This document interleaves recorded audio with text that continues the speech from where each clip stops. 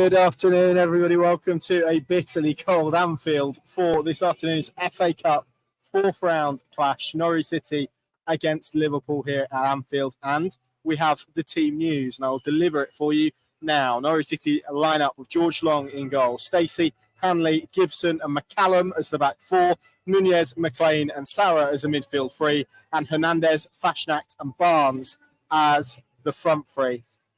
Norwich City's subs bench, Angus Gunn, Caleb Anson, two goalkeepers on the bench, Yanulis, Fisher, Gibbs, Sorensen, Sainz, Poeta and Ida.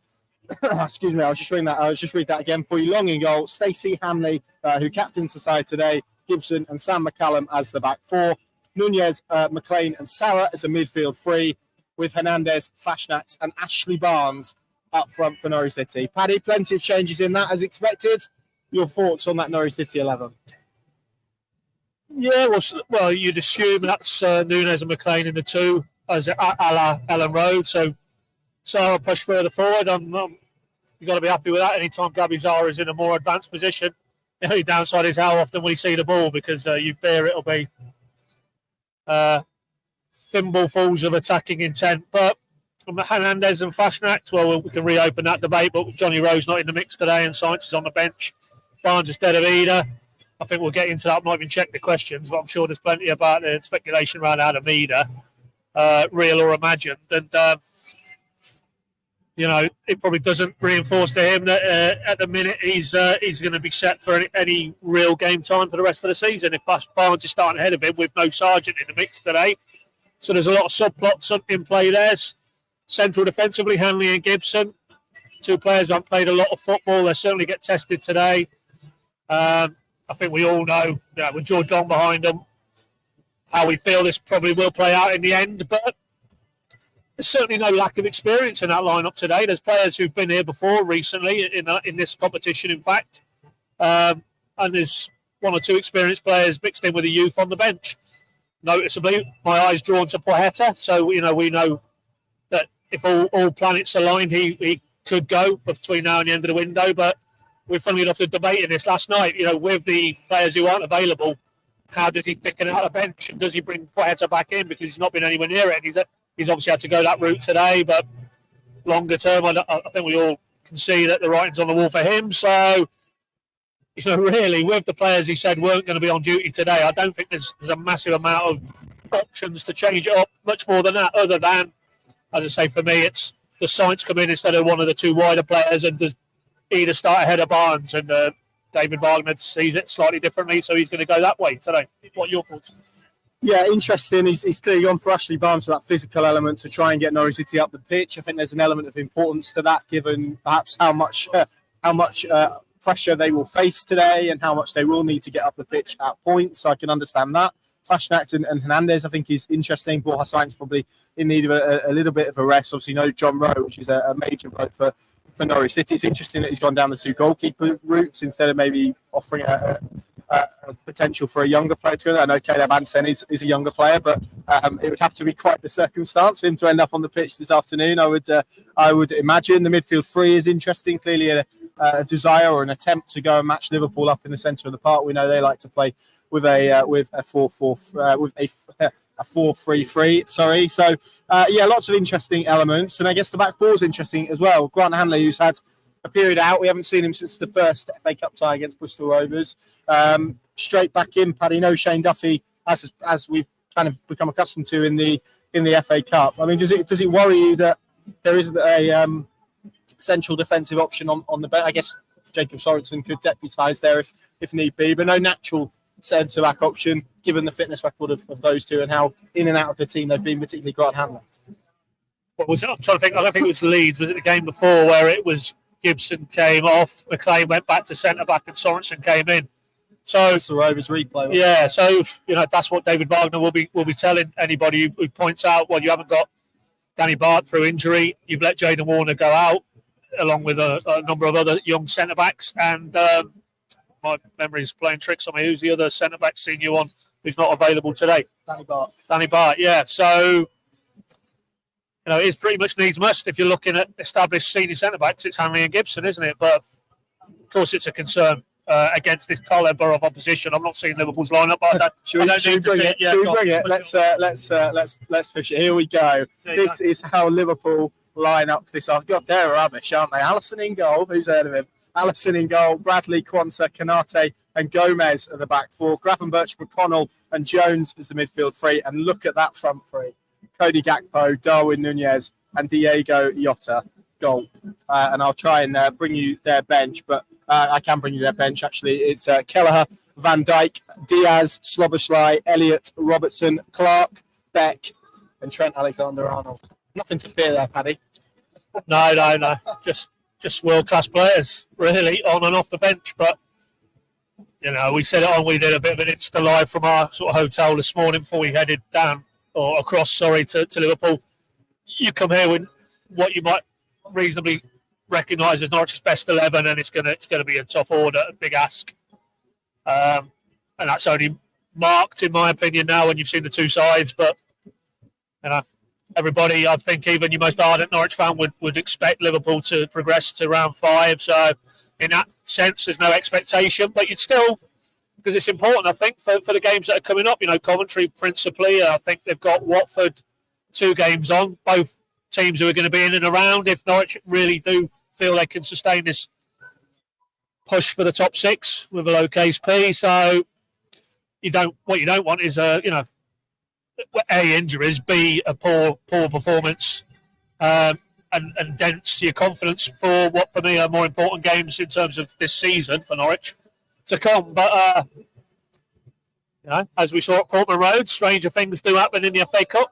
So we won't completely consign it to a defeat, but that front three for Liverpool against Norwich's back 4/central 2, you fear the worst.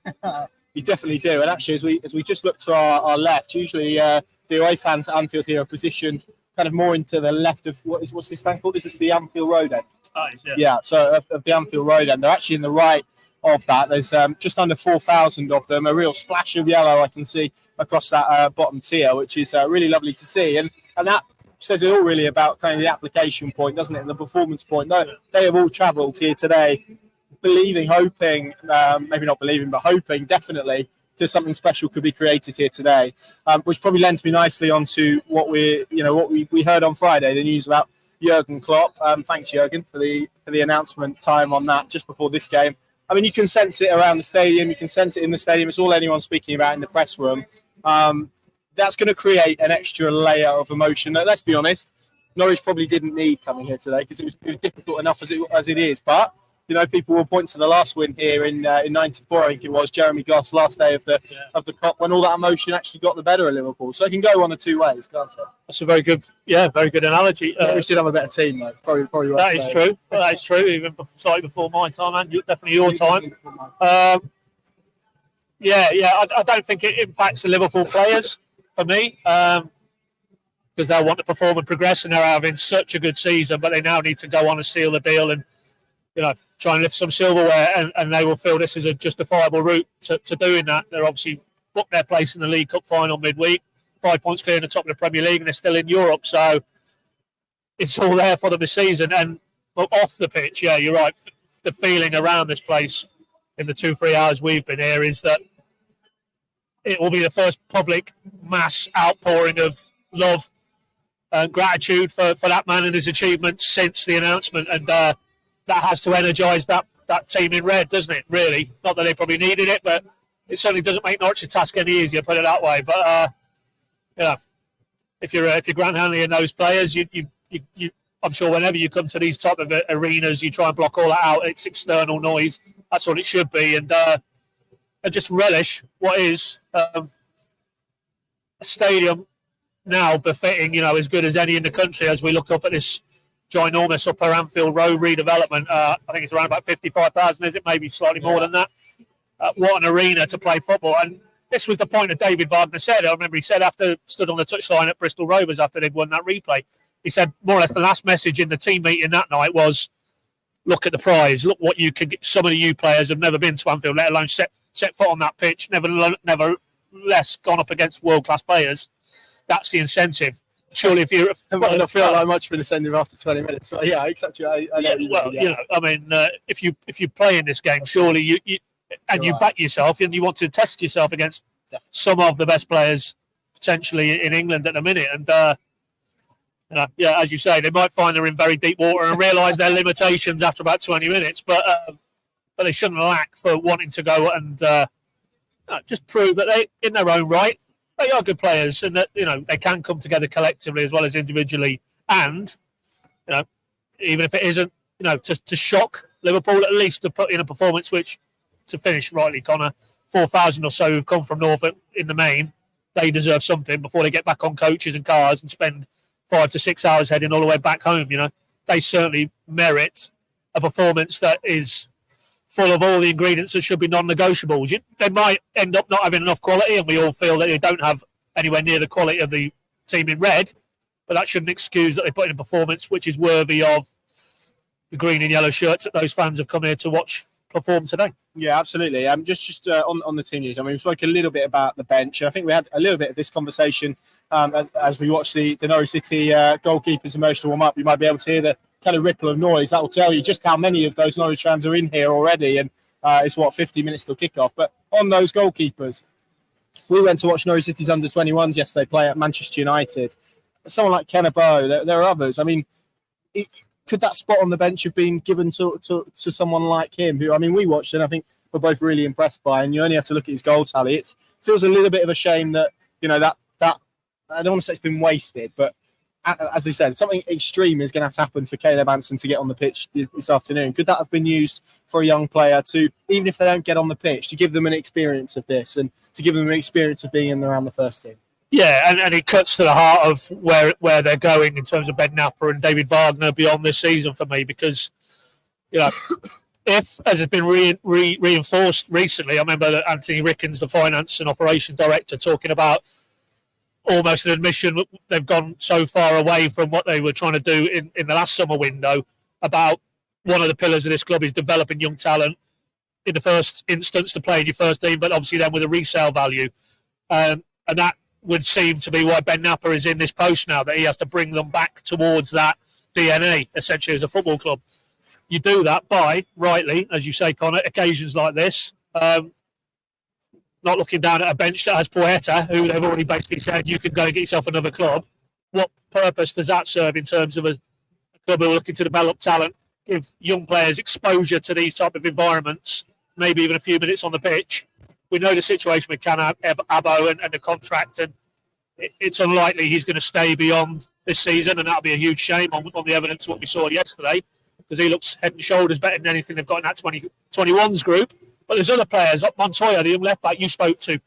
I look at the situation, and it's pertinent, because Poeta's had a little go at left-back this season. Yanulis, McCallum, both out of contract in the summer. At this stage, you don't get the sense they'll be being offered new deals, so they're going to need to do something left-back wise for next season. Why could Montoya be on the bench today and experience this? Shame, isn't it? Because he is going to be here beyond next summer, barring an unforeseen circumstance, and he is potentially going to be one who could be vying, if it's about developing your own players, to be a first-team option next season. So it flies in the face of a club who are wishing to develop talent and build something sustainable with the products that they've developed at Colney. You look at that bench. Fisher, well, it's 8 on the bench, isn't it? Let's be honest. They are essentially wasted a spot by putting 2 goalkeepers on. Yeah, but I'm looking at that bench, and Fisher, well, he's a young player, but they got him from Bromley. He's not been developed in their academy. Ida's the only one. Gibbs, sorry. Can't get kicked though, can he? No. Gibbs. But it's not really in this environment today. I can understand the argument if it's championship points at stake and you still believe internally that you can have a real crack at the top 6, but on a day like today, 2 keepers on the bench, when you've had 21s in Manchester yesterday, not a million miles away, beggars belief. Yeah, and just a bit of news to bring you. It sounds like Shane Duffy absent today with a little bit of a back injury, so we'll bring you more from David Wagner on that after the game. But that seems like a nice place to leave it. Paddy, do we even dare do score predictions? I think we've got to, really, haven't we? What do you reckon? What do you reckon, Connor? Well, So I've kind of I'll try and explain or show my workings as you would in an exam. I've basically worked this week on the premise that if Norwich City could keep it under 4, I think they've done quite well. And obviously coupled with a goal at the other end. So I'm going to go push that right to the limit and go 4-1 defeat, I think. What Nick? 8-1, no thanks, Nick. Come on. Are there the odds 8-1 for an away win? I did hear something along the lines of Liverpool have shorter odds to do the quadruple than Norwich have to win this game, which sums it up really. Yeah, it's not a ringing endorsement of Norwich's ability to upset the odds.